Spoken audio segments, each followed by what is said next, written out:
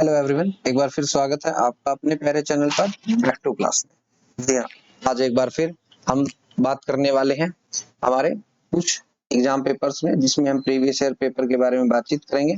तो सबसे पहले मैं मनदीप सिंघवा बैक टू क्लास में आपका स्वागत करता हूं।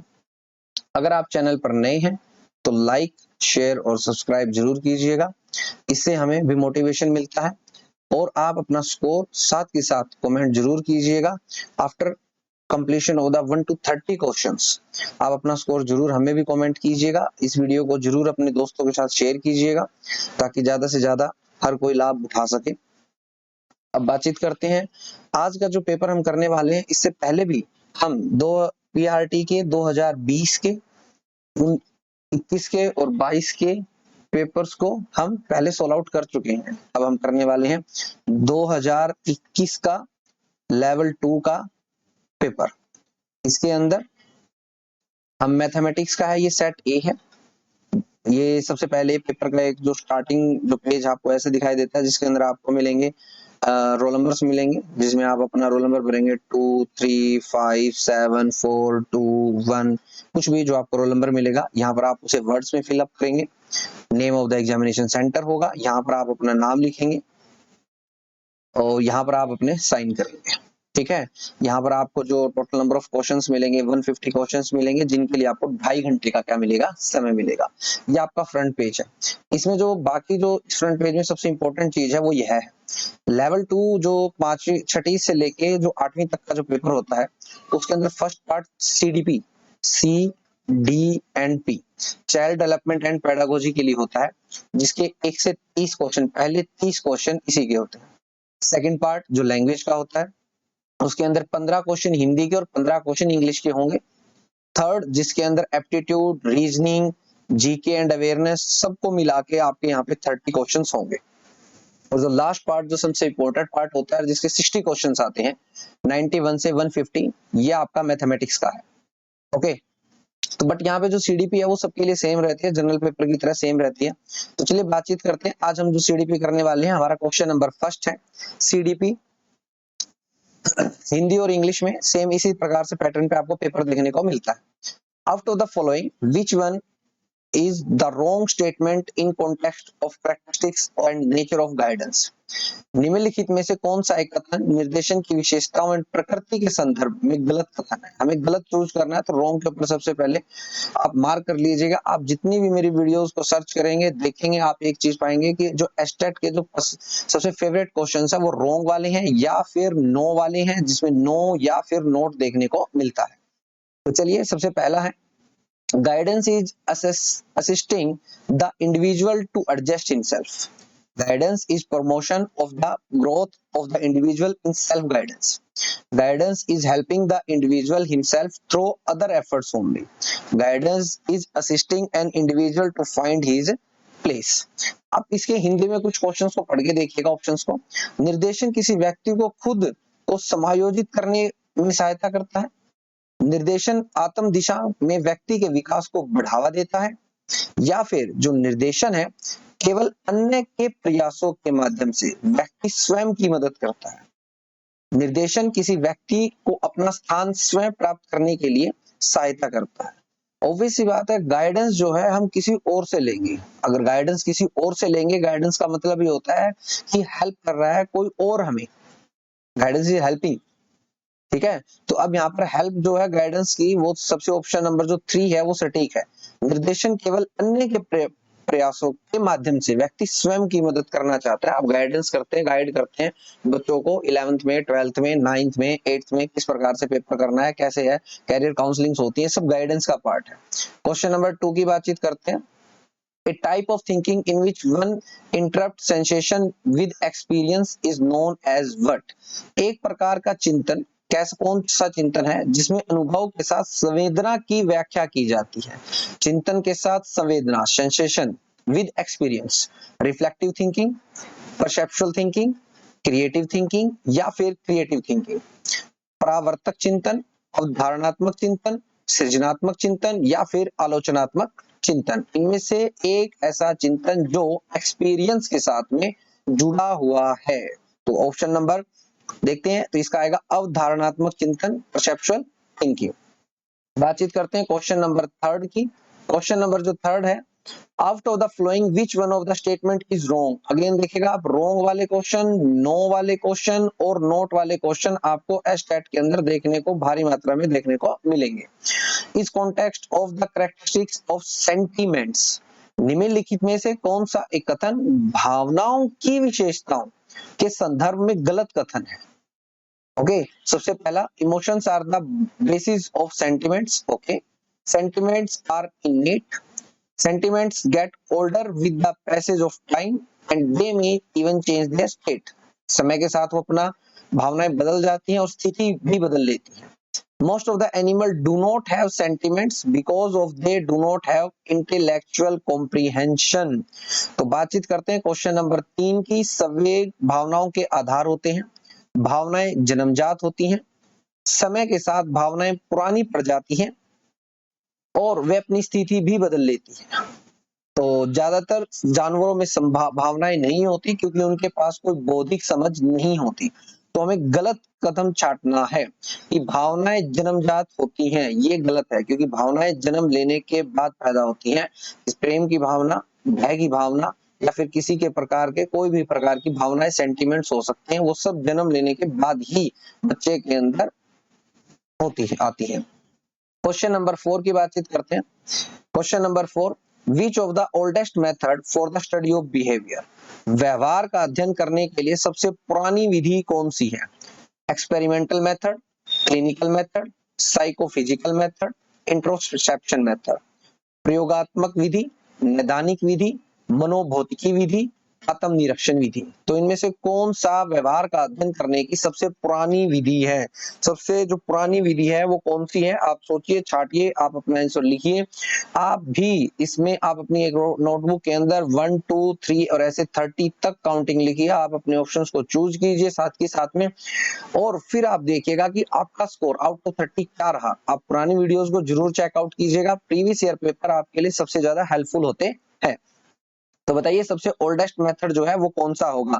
क्वेश्चन नंबर 4, क्वेश्चन नंबर 4 का ऑप्शन नंबर 4, इंट्रोस्पेक्शन, आत्मनिरीक्षण। आत्मनिरीक्षण, खुद के व्यवहार का आत्मनिरीक्षण करना ही सबसे बेस्ट जो है विधि है, मेथड है।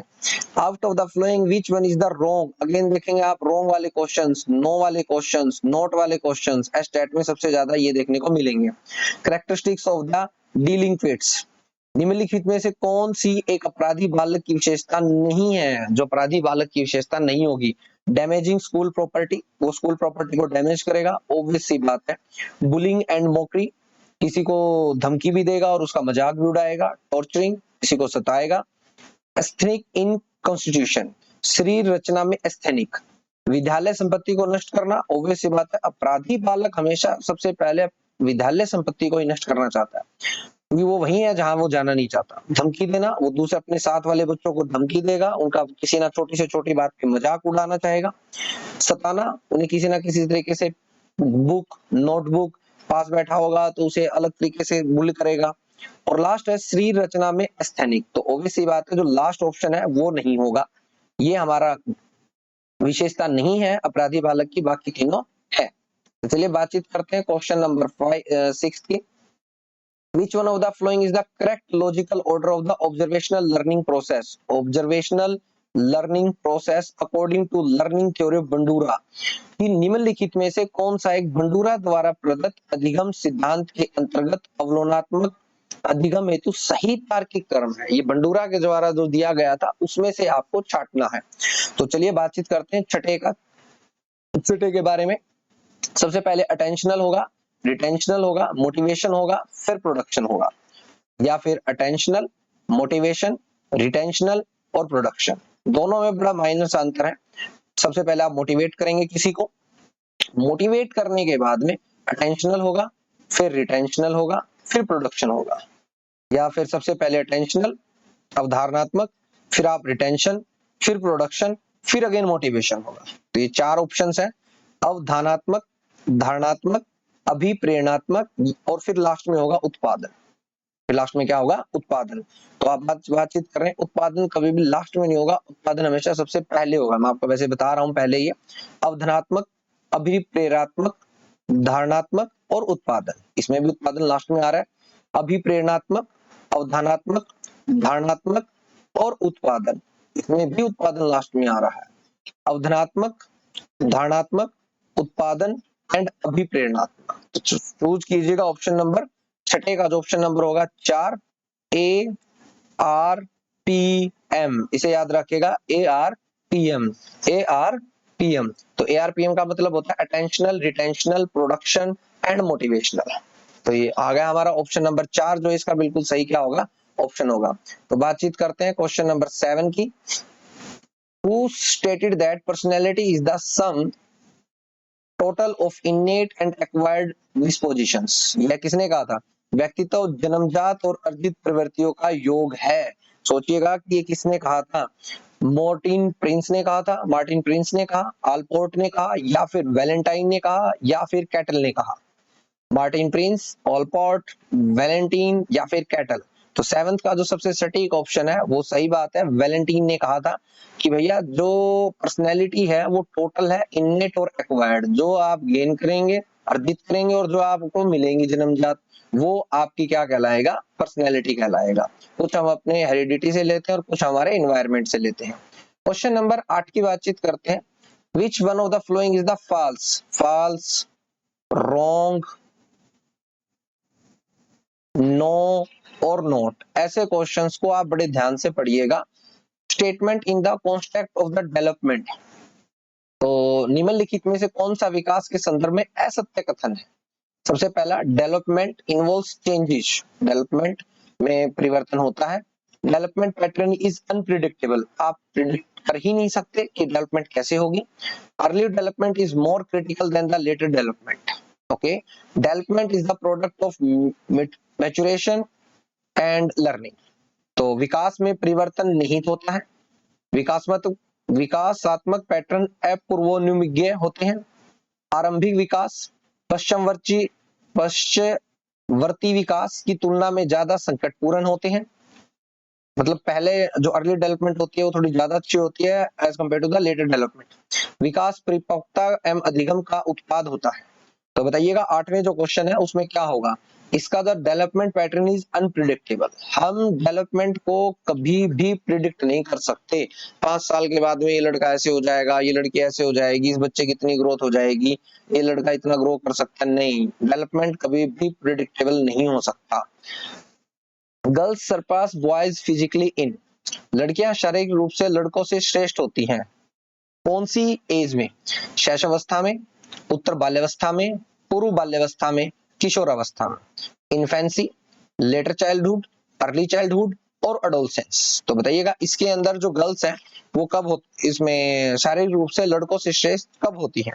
तो 9th जो है इसका मुझे याद है 2000, जो हम पेपर कर रहे हैं 2021 का, इसके अंदर स्टेट में 2nd ऑप्शन और 4th ऑप्शन एडोलसेंस, उत्तर बाल्यावस्था और किशोरावस्था दोनों को ही ठीक माना था। दोनों को ठीक माना गया था लेटर चाइल्डहुड और एडोलसेंस के दौरान। बातचीत करते हैं क्वेश्चन नंबर 10 की। Out of the following which one is the subject matter for study of gestalt psychologist? निम्नलिखित में से कौन सी एक विषय वस्तु समग्रवादी मनोवैज्ञानिक के अध्ययन क्षेत्र की है? कौन से है? तो देख लेते हैं फटाफट से इसको। कॉग्निटिव प्रोसेस है, या फिर कॉन्शियसनेस है, mental and behavioural process A holes, modes and problem of existence. संज्ञानात्मक प्रक्रियाएं, चेतना, संपूर्ण रूप से मानसिक और व्यवहारिक प्रक्रियाएं, अस्तित्व के तरीके और समस्याएं। तो 10th का जो है सटीक ऑप्शन छाटिएगा और साथ के साथ में मैच कीजिएगा कि क्या आपका भी ऑप्शन सही है या नहीं है। Mental and behavioural process A holes, ये जो है जो सब्जेक्ट मैटर था स्टडी ऑफ गेस्टाल्ट साइकोलॉजिस्ट का, संपूर्ण रूप से मानसिक और व्यवहारिक प्रतिक्रियाएं। तो चलिए बातचीत करते हैं क्वेश्चन नंबर 11 की। What did Freud consider the paternal love of girls? लड़कियों के प्रीत प्रेम भाव को फ्रायड ने किससे संबोधित किया है? ई लड़की ओ लड़का, ये ऑप्शन पहले भी मैं आपको बता चुका हूं। ई लड़की ओ लड़का, तो ई से शुरू होने वाला हमारे यहाँ पे इलेक्ट्रा कॉम्प्लेक्स है, तो हम डायरेक्ट कर सकते हैं। जो लड़कियों में प्रीत प्रेम भाव होता है वो इलेक्ट्रा कॉम्प्लेक्स की वजह से होता है हमारा यहाँ पे जो है यहाँ पर, और जो ओ लड़का होता है ये बॉयज के अंदर होता है मदर के प्रति। तो चलिए बातचीत करते हैं। Question number 12, sometimes the children of gifted parents are born with less intelligence. बहुत अच्छे पेरेंट्स हैं मगर उनका जो बेटा है वो लेस इंटेलिजेंस, या उनका जो बच्चा है वो लेस इंटेलिजेंस के साथ में पैदा, कम बुद्धि के साथ जन्म लेते हैं। देन देयर पेरेंट्स और वाइस वर्सा, या उल्टा हो जाता है कि लेस इंटेलिजेंस है माता पिता के अंदर, बच्चे के अंदर कुछ ज्यादा इंटेलिजेंस होती है।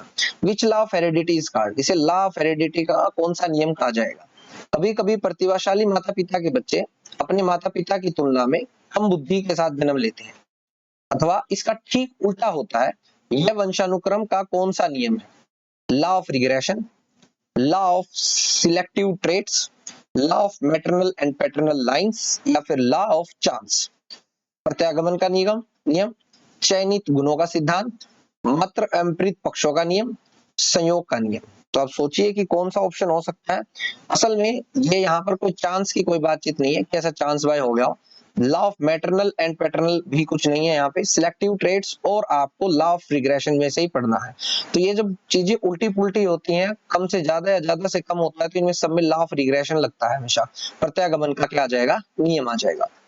बातचीत करते हैं क्वेश्चन नंबर 13 की। Question number 13, which of the following is the characteristics of the introverted thinking? introverted thinking introverted thinking type personality, इनमें से कौन सा, निम्नलिखित में से कौन सा अंतर्मुखी सोच प्रकार व्यक्तित्व की विशेषता है? तो चलिए सोचिएगा कि इनमें से कौन सा हो सकता है। Realistic and practical, absorbed in his own intellectual pursuit, sport theory with facts, propagates his views with insistence and vehemence। तो बड़े ध्यान से एक बार ऑप्शंस को आप पढ़िएगा, उसके बाद आप हर एक ऑप्शन को चूज कीजिएगा कि उस ऑप्शन में क्या है और क्या नहीं है, तो फिर उसके बाद ही आप इस चीज को फोकस कर पाएंगे आपका ऑप्शन क्या है। हर एक नंबर आपके लिए इंपॉर्टेंट है। ओके, तो चलिए आप इसकी हिंदी में भी ऑप्शंस को देखते हैं। यथार्थवादी और व्यवहारिक, अपनी बुद्धि बौद्धिक खोज में लीन, तथ्यों के साथ सिद्धांत का समर्थन, अपने विचारों को आग्रह और दृढ़ता से प्रचारित करना। तो अब बातचीत करते हैं क्वेश्चन नंबर 13 की। जो इंट्रोवर्ट होता है, जो अंतर्मुखी व्यक्ति होता है, वो अपनी ही सोच में, अपनी बौद्धिक खोज में लीन रहता है, वो अपने अंदर लीन रहता है। Absorbed in his oven intellectual pursuit. तो बातचीत करते हैं क्वेश्चन नंबर 14 की। क्वेश्चन नंबर 14 की, out of the following which is correct sequence given by the James Lange theory of emotions? theory of emotions में उसके द्वारा क्या दिया गया था? सिचुएशन, bodily disturbance और फिर mental state. Second option, situation, mental state and bodily expressions। इसके बाद में जो आएगा, इसके बाद में जो थर्ड आता है वो आता है situation, body expressions and mental states. सभी के सभी ऑप्शंस कुछ हद तक सभी के सभी आसपास में है। Situations, mental state and body disturbance. यहाँ पर आप हिंदी में भी पढ़ सकते हैं। परिस्थितिक शारीरिक अशांति, मानसिक स्थिति। परिस्थितिक, मानसिक स्थिति और शारीरिक अभिव्यक्ति।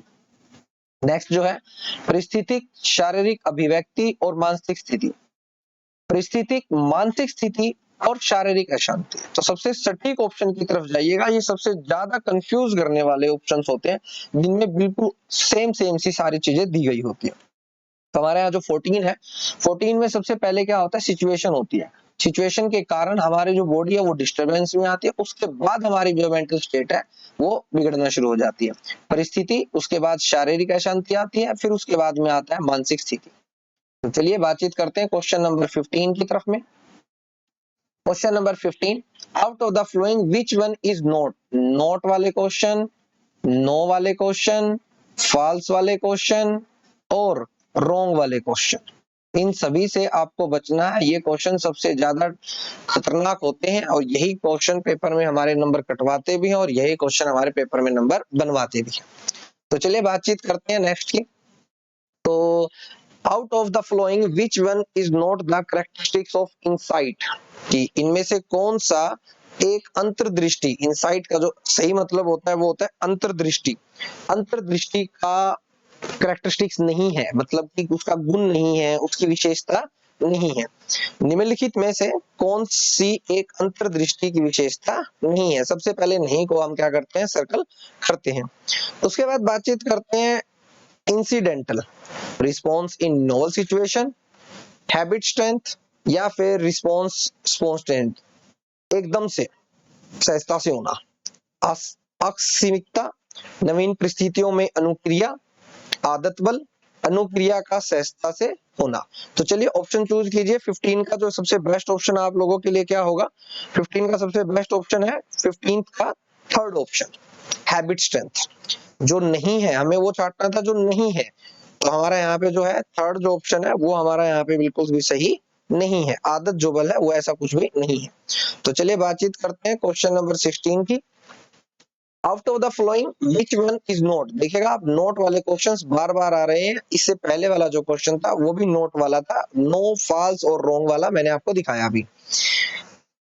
Out of the following which one is not the stage of creativity prescribed by Gordon in his Scientific technique, निम्नलिखित में से कौन सी एक सृजनात्मकता की अवस्था गॉर्डन ने अपनी साइनेटिक तकनीक में प्रतिपादित नहीं की है? अब सबसे पहला ही जो क्वेश्चन ये बन जाता है कि स्टेज ऑफ क्रिएटिविटी किसके द्वारा प्रिस्क्राइब की गई थी? तो गॉर्डन के द्वारा की गई थी। ओके, और उसने कौन सी टेक्निक बनाई थी? वो थी साइनेटिक टेक्निक, उसके द्वारा बनाई गई थी। तो हमारे यहाँ पे 3 क्वेश्चंस पहले तैयार हो जाते हैं। पहला क्वेश्चन है स्टेज ऑफ क्रिएटिविटी किसके द्वारा दिया गया था? हमारा स्टेज ऑफ क्रिएटिविटी दिया गया था गॉर्डन के द्वारा, और उसने कौन सी टेक्निक बनाई थी? साइनेटिक टेक्निक बनाई थी। तो सबसे पहला जो ऑप्शन है वो है D, attachment involvement, finding something similar, deep ferment, या फिर कंसेप्ट फॉर्मेशन।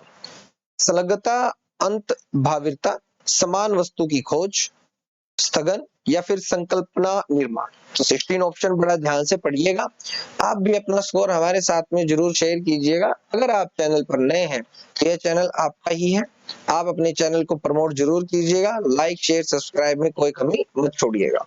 तो चलिए बातचीत करते हैं क्वेश्चन नंबर 16। इसका आएगा फाइंडिंग समथिंग सिमिलर। तो ये जो है उसके अंदर नहीं था कि कुछ नया, समान वस्तु की खोज, उसके जैसा ही कुछ फाइंड आउट करना। बाकी तीनों ऑप्शन उसके अंदर थे, कंसेप्ट भी था, डिफरमेंट भी था, और डिटैचमेंट इन्वॉल्वमेंट भी थी। क्वेश्चन नंबर 17 की बातचीत करते हैं। Question number 17, after the following which one characteristics note, ले लीजिए भाई, नोट नोट से भरे हुए हैं, estate suits to gifted childrens, निम्नलिखित में से कौन सी एक विशेषता प्रतिभाशाली बच्चों की दृष्टि से उपयुक्त नहीं है? Learn rapidly and easily, okay, perform difficult mental task, okay, know about many things which most of the students are unaware, okay, much drill is required to retain what he she has heard or read। अब देखिएगा हिंदी में option देखिएगा, हिंदी में पढ़ने से आपकी जो mental capability है वो थोड़ी सी तेज हो जाती है और आप जल्दी ऑप्शन का फायदा उठा पाते हैं। तेजी और आसानी से सीखना, अब सोच के देखिएगा जो 17 है उसके अंदर विशेषता नहीं है। प्रतिभाशाली बच्चे तेजी और आसानी से सीखेंगे। कठिन मानसिक कार्यों को प्रदर्शित करते हैं, यस, डिफिकल्ट मेंटल टास्क को करना चाहते हैं। बहुत प्रकार की जानकारियां रखते हैं जिनके बारे में ज्यादातर बच्चे जागरूक नहीं होते। जो गिफ्टेड स्टूडेंट्स होते हैं वो नॉर्मल बच्चों से ज्यादा जानते ही जानते हैं हमेशा। तो पहले 3 ऑप्शन तो सटीक लगते हैं भाई मुझे। जो कुछ उन्होंने सुना या पढ़ा है उसे बरकरार रखने के लिए उन्हें बहुत अभ्यास करने की आवश्यकता होती है। नहीं, ऐसा कुछ नहीं है। गिफ्टेड बच्चा ज्यादा से ज्यादा जो है रिटेन करने के लिए उसे मच ड्रिल की जरूरत नहीं पड़ती, उसे बहुत कम ड्रिल की जरूरत होती है। तो ये जो लास्ट ऑप्शन है, जो ऑप्शन नंबर 4 है, मैं इसे मानता हूं कि ये बिल्कुल सही है और यही ऑप्शन बोर्ड के द्वारा माना गया था। हम आपको जो भी आंसर्स यहाँ पे बताए जा रहे हैं बोर्ड की आंसर की के साथ ही मैच करने के बाद आपको बता रहे हैं। जो हरियाणा सरकार, हरियाणा जो टेट जो लेता है हमारा हरियाणा बोर्ड HBSC लेता है, उसके द्वारा जो माने गए हैं, हम उन्हीं ऑप्शंस के ऊपर बातचीत करते हैं। What is the age range of the puberty stage? सबसे लड्डू क्वेश्चन है, सबसे हलवा क्वेश्चन है। पुबर्टी स्टेज कितनी होती है, रेंज क्या होती है, वह संधि अवस्था का आयु विस्तार क्या होता है? 10 से 12 साल का होता है, या फिर 6 से 12 साल का होता है, 11 से 16 साल का होता है, या फिर 8 से 10 साल का होता है? सबसे आसान क्वेश्चन है, ऑब्वियस सी बात है। जो आपकी पुबर्टी की एज होती है वो गर्ल्स में बॉयज की तुलना में जल्दी शुरुआत होती है, और ये एज शुरू होती है 11 से 16। ये आपके 7th की या 8th क्लास की साइंस की बुक के अंदर एक छोटा सा टॉपिक है, उसी के अंदर बता दिया जाता है। बातचीत करते हैं क्वेश्चन नंबर 19 की। Question number 19, out of the following which one is note? देखिएगा, नोट वाले क्वेश्चंस को बड़ा फोकस करके पढ़िएगा। यहाँ पर नो वाले क्वेश्चन, नोट वाले क्वेश्चन, फॉल्स वाले क्वेश्चन और जो रोंग वाले क्वेश्चंस हैं उनके ऊपर सबसे ज्यादा फोकस करता है एस्टेट, और इन्हीं में से आपका पेपर बनता है। Out of the following, which one is not the type of performance test of the intelligence? Okay, कौन सा एक बुद्धि के निष्पादन परीक्षण का प्रकार नहीं है, किसके द्वारा आप इंटेलिजेंस को माप नहीं सकते हैं?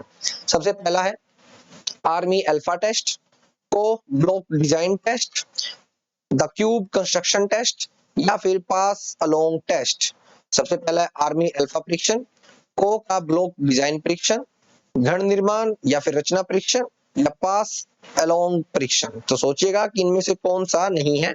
तो 19 है, 19 का सबसे पहला वाला आर्मी अल्फा टेस्ट जरूर होता है। को का ब्लॉक डिजाइन भी परीक्षण था, घन निर्माण भी था आपका, कि कितना जल्दी किस प्रकार से निर्माण करते हैं 19 का। तो सोचिएगा कि कौन सा नहीं है, तो देखिएगा, या फिर पास अलोंग टेस्ट नहीं है। तो इनमें से आपको एक ऑप्शन चूज करना है।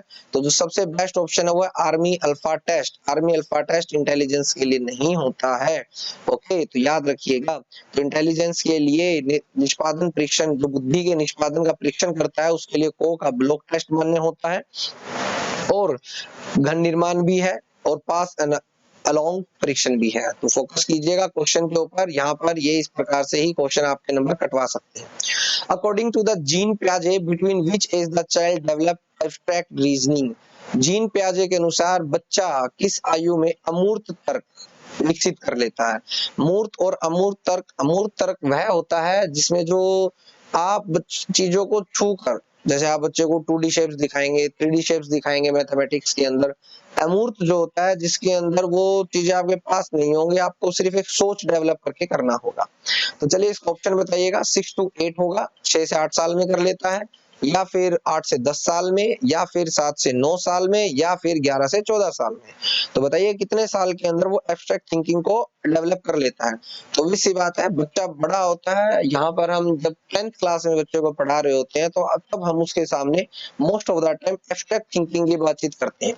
तो आप देख सकते हैं 10th क्लास में 11 से 14 साल के 14 ईयर्स के आसपास का बच्चा जो है वो होता है। तो आप यहाँ पे 11 to 14 ईयर जो बेस्ट ऑप्शन है उसे चूज करेंगे। क्वेश्चन नंबर 21 की बातचीत करते हैं। Question number 21, who stated that an individual is intelligent in proportion as he is able to carry on abstract thinking? ये किसने कहा था? एक व्यक्ति उसी अनुपात में बुद्धिमान होगा जितना वह अमूर्त रूप से चिंतन की क्षमता रखता है। जितना आप अपने विचारों को खोलेंगे, जितना आप सिर्फ अमूर्त थिंकिंग, एब्स्ट्रैक्ट थिंकिंग करेंगे, अच्छा ये पेड़ है, यहाँ मान लिया है, इसमें इतना डिग्री एंगल बनेगा, ये होगा, वो होगा, तो वो उस चीज की बातचीत की जा रही है। तो ये किसने कहा था? टर्मन ने, या फिर डियरबॉर्न ने, या फिर बकिंगम ने, या फिर कॉल्विन ने? तो सोचिएगा इन चार में से कौन था जिसने इसके बारे में जिक्र किया था? तो सबसे पहला जो है वो टर्मन था, जिसने एब्स्ट्रैक्ट थिंकिंग के बारे में ये बात बोली थी कि वो कोई भी व्यक्ति, बच्चा, कोई भी इंटेलिजेंट उसी रेशो में होगा, प्रोपोर्शन में होगा, जिस बेस पे वो एब्स्ट्रैक्ट थिंकिंग कर रहा होगा। Okay, question number 22, what is the process of releasing the hidden emotional suffocation and power inside the children card? बड़ा ही इंपॉर्टेंट क्वेश्चन है, ध्यान से पढ़ के देखिएगा इस क्वेश्चन को। बच्चे के भीतर छुपे सांवेगिक घुटन, जो उसके इमोशनल है, सफोकेशन, जो उसके विचार हैं जो दब चुके हैं, एवं शक्तियों को बाहर निकालने की प्रक्रिया को क्या कहते हैं? इमोशनल स्टेबिलिटी, इमोशनल सेंसिटिविटी, या फिर इमोशनल कैथरीसिस, या फिर इमोशनल कॉम्पिटेंसी? सांवेगिक स्थिरता, सांवेगिक संवेदनशीलता, सांवेगिक विरेचन या फिर सांवेगिक सामर्थ्य। इन चार में से कौन सा ऑप्शन जो है वो आपको बिल्कुल सही लगता है? जी हाँ, जो है हमारा विरेचन वाला जो इमोशनल कैथेसिस होता है, ये जो ऑप्शन है इसको बोला जाता है उसकी अंदर की सारी जितनी भी हिडन इमोशनल चीजें हैं उसे बाहर निकाल देना। ठीक है, एक टीचर के लिए सीडीपी जो होता है वो एक ब्रह्मास्त्र की तरह होता है। सीडीपी बच्चे के बारे में बताता है, तो सीडीपी अगर कोई टीचर अच्छे से जान जाता है तो वो बच्चे को हर एक चीजों को होलिस्टिक अप्रोच के अनुसार वो उस बच्चे को ग्रो करवाता है। आउट ऑफ द फॉलोइंग बात करते हैं क्वेश्चन नंबर 23 की। Out of the following which one activity is note, देखिएगा नोट वाले क्वेश्चन दोबारा से आ गए हैं। मैं मेरी हर एक वीडियो के अंदर आपको देखने को मिलेगा, मैं हर बार आपको एक बात बार बार कह रहा हूं, नो, नोट, रोंग और फॉल्स, इन क्वेश्चंस को बड़े ध्यान से पढ़िएगा। Suitable for satisfying the instinct curiosity, निम्नलिखित में से कौन सी एक गतिविधि जिज्ञासा मूल प्रवृत्ति को संतुष्ट करने के लिए उपयुक्त नहीं है? जिज्ञासा के लिए नहीं है भैया, आपकी क्यूरियोसिटी के लिए नहीं है। Awarding position in the class और स्कूल, अवार्डिंग पोजीशंस मिली है। Answering the question of the students, problem solving या डिस्कशन इन द क्लास। तो सोचिए इनमें से कौन सी जिज्ञासा की मूल प्रवृत्ति को संतुष्ट नहीं कर पाएगी? क्लास, कक्षा या विद्यालय में गौरवपूर्ण स्थिति प्रदान करना, मतलब अवार्ड मिलना, विद्यार्थियों के प्रश्नों के उत्तर देना, समस्या समाधान या फिर कक्षा में विचार विमर्श। तो 23 का जो सबसे बेस्ट ऑप्शन होगा वो होगा, आप बच्चों को अवार्ड देकर कभी भी उसको सेटिस्फाई नहीं कर सकते उसकी क्यूरियोसिटी को, वो सिर्फ आप एक मोटिवेट कर रहे हैं उसे। ठीक है, तो आप अगर उसके क्वेश्चंस का आंसर बताते हैं तो उसकी क्यूरियोसिटी शांत हो सकती है, वो चाहे किसी भी सब्जेक्ट से रिलेटेड हो, Hindi, math, science, English, art, craft, many more things. Problem solving, उसकी प्रॉब्लम को सोल्व आउट करके उसको तरीका बता के, discussion in the class, class में एक अच्छा एक हेल्दी डिस्कशन रखकर भी आप इस चीज का सॉल्यूशन कर सकते हैं। Question number 24, how many cards prescribed in the Rorschach शाही धब्बा, ये है क्वेश्चन भाई। Rorschach ink blood block test में कितने कार्ड निर्धारित हैं? इस कार्ड वाले क्वेश्चन में बच्चा जरूर फंसता है। 12, 10, 30 या 31। अब कहीं ना कहीं उसने पूरी सीडीपी पढ़ते वक्त 12, 10, 30, 31 कहीं ना कुछ कार्ड्स के बारे में पढ़ा होता है, तो वो यहाँ पर आगे बड़ा कंफ्यूज हो जाता है कि क्या किया जाए क्या ना किया जाए। तो 24 का जो सबसे बेस्ट ऑप्शन है वो है 10। क्या आएगा? 10 आएगा। यहाँ पर जो है रोशा शाही धब्बा परीक्षण के अंदर 10 यूज किया गया था, 10 कार्ड्स का use. Question number 25, who is known as the father of educational psychology, शैक्षिक मनोविज्ञान के पिता के रूप में किसे जाना जाता है? थॉर्नडाइक, पेस्टालोजी, हर्बर्ट या फिर फ्रॉबेल? तो बताइएगा किसे जाना जाता है? ऑब्वियस सी बात है, E.L. थॉर्नडाइक जो है वो फादर ऑफ एजुकेशनल साइकोलॉजी बोला जाता है। सबसे हलवा क्वेश्चन था ये आपके लिए। हु इन्वेंटेड सोशोमेट्रिक टेक्निक, सोशोमेट्रिक टेक्निक का आविष्कार किसने किया? तो J.E. एंडरसन ने, या फिर J.L. मोरेनो ने, E.B. हरलॉक ने, या फिर J.S. मोमरे ने? सोचिएगा कि सोशोमेट्रिक टेक्निक किसने किया। हर बार पेपर के अंदर टेक्निक से रिलेटेड एक क्वेश्चन जरूर आता है। तो 26 है, 26 का आएगा option number Moreno. J.L. Moreno था जिसने सोशोमेट्रिक का आविष्कार किया था। ओके, तो बातचीत करते हैं क्वेश्चन नंबर 27 की। Question number 27, which is the fourth stage of psychosocial development of an individual according to the Erikson? Erikson के द्वारा साइको सोशल डेवलपमेंट की बातचीत की गई थी। एरिक्सन के अनुसार व्यक्ति के मनोसामाजिक, अरे सन थोड़ा समाज में भी रहना सीखो, अरे सन थोड़ा सा समाज में भी रहना सीखो। तो आप याद कर सकते हैं एरिक्सन मनोसामाजिक विकास की चौथी अवस्था कौन सी है? सबसे पहला है intimacy versus isolation, identity versus role confusion, industry versus inferiority, या फिर जेनरेटिविटी वर्सेस स्टैग्नेशन। प्रगाढ़ता बनाम अलगाव, पहचान बनाम भूमिका संभ्रांति, परिश्रम प्रियता बनाम हीनता, उत्पादनशीलता बनाम स्थिरता। अब हमें इसके ऊपर बातचीत करनी है कि इन चार में से सबसे बेस्ट ऑप्शन है वो कौन सा होगा। तो सबसे बेस्ट जो ऑप्शन होगा, जो चौथी स्टेज थी वो थी इंडस्ट्री वर्सेस इंफीरियरिटी, परिश्रम प्रियता बनाम हीनता। ये जो है ऑप्शन जो थर्ड है ये हमारा चौथी अवस्था को शो करता है। अब बातचीत करते हैं क्वेश्चन नंबर 28 को। 28, अगर आप चाहते हैं कि हम थ्योरी की क्लासेस भी आपके लिए लेके लाएं तो कृपया करके जरूर हमें कमेंट बॉक्स में बताइएगा। हम आपके लिए थ्योरी टॉपिक से रिलेटेड भी क्लास जरूर प्रोवाइड करवाने की कोशिश करेंगे। अकॉर्डिंग टू द रास, which stage development is known as pseudo maturity stage? रास के अनुसार विकास की कौन सी अवस्था को मिथ्या परिपक्वता की अवस्था कहा गया है, जिसके अंदर बिल्कुल मिथ्या चल रहा है सब कुछ, कोई टेंशन नहीं है, बस मान रहा है वो सबको। इन्फेंसी, चाइल्डहुड, एडोलसेंस, अडल्टहुड, शैशवावस्था, बाल्यावस्था, किशोरावस्था या फिर प्रौढ़ावस्था। तो 28 जो है, 28 में आप थोड़ा सा भी अपनी चीजों को थोड़ा कंसीडर करके देखिएगा। अडल्टहुड वो थोड़ा सा बड़ा हो जाता है, चीजें सोचने समझने की शक्ति उसमें आनी शुरू हो जाती है, तो वो हर एक चीज में ऐसे नहीं मानेगा। शैशवावस्था, इन्फेंसी, छोटा बच्चा होता है, उसे पहले से कुछ नहीं पता, शैशवावस्था है वो। तो 28 है, तो बातचीत करते हैं चाइल्डहुड या एडोलसेंस। बाल्यावस्था, बच्चा है जैसे बोला जाता है, बच्चे को कोई भी बहका देता है, तो मिथ्या। तो यहाँ पर आपका जो ऑप्शन नंबर है 2, क्या आ जाएगा, ऑप्शन नंबर 2 है। अब बातचीत करते हैं 29 नंबर क्वेश्चन की। When a person try to make his her thought and action according to the other whom he like to follow, then this kind of activity called which type of defense mechanism? जब कोई व्यक्ति अपने विचारों तथा क्रियाओं को किसी दूसरे व्यक्ति के अनुरूप बनाना शुरू कर देता है जिसका वह अनुकरण करना चाहता है, वो दूसरों के प्रति अपने विचारों को ढाल लेता है और दूसरों के प्रति ढल जाता है, तो इस प्रकार की क्रिया कौन सी प्रकार की रक्षा युक्ति कहलाती है? आइडेंटिफिकेशन, प्रोजेक्शन, रैशनलाइजेशन या फिर डिस्प्लेसमेंट? तदात्मीकरण, परसेप्शन, औचित्य स्थापन या फिर विस्थापन? तो सोचेगा 29 जो नंबर है उसके अंदर क्या होगा। तो कौन सा डिफेंस मैकेनिज्म है जिसमें वो दूसरों को follow, whom he like to follow, according, उसी के अकॉर्डिंग एक्शन थॉट्स रखने की कोशिश करता है? तो ये आएगा आपका यहाँ पे तदात्मीकरण, मतलब कि identification. Identification is the correct answer.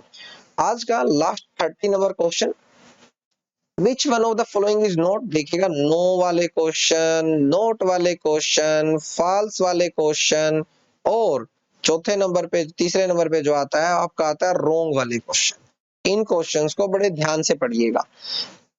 The common speech disorder of the childhood, निम्नलिखित में से कौन सा बाल्यावस्था का सामान्य भाषा विकार नहीं है? ऊर्जा की कमी, तुतलाना, अस्पष्ट उच्चारण और हकलाना। अब सोचिए इनमें से कौन सी नहीं है? Depletion of energy, lisping, slurring और शटरिंग।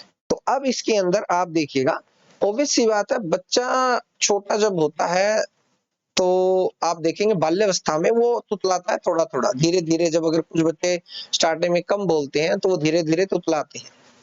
दूसरा, अस्पष्ट उच्चारण, थोड़ा सा वो जल्दी बोलने की भी कोशिश करता है और उच्चारण को सही नहीं कर पाता है। हकलाना, समटाइम्स वो शटरिंग भी करता है। मगर चाइल्डहुड के अंदर डिप्लीशन ऑफ एनर्जी होना कभी भी नहीं। बच्चा अभी बाहर से आया, स्कूल से आया, जाते ही गेम भी खेलेगा, बाहर क्रिकेट भी खेलेगा, गली में भी खेलेगा, सभी जगह खेलेगा और सारे काम भी करेगा, तो उसमें एनर्जी, डिप्लीशन ऑफ एनर्जी कहीं नहीं होती है। तो ये था आज का हमारा एक पेपर। इससे पहले भी जो हम कर चुके हैं वो हम पीआरटी के 2020, 2021 और 2022, इन तीनों सालों के जो पीआरटी के जो 1 to 30 जो सीडीपी क्वेश्चंस हैं, हम उनके ऊपर बातचीत कर चुके हैं आज। और साथ में हमने टीजीटी का भी, हमने 2020 का 1 to 30 क्वेश्चन सीडीपी के भी कंप्लीट कर लिए हैं। तो इस प्रकार से हमने बहुत सारे क्वेश्चंस, प्रीवियस ईयर क्वेश्चंस पूरे कर चुके हैं।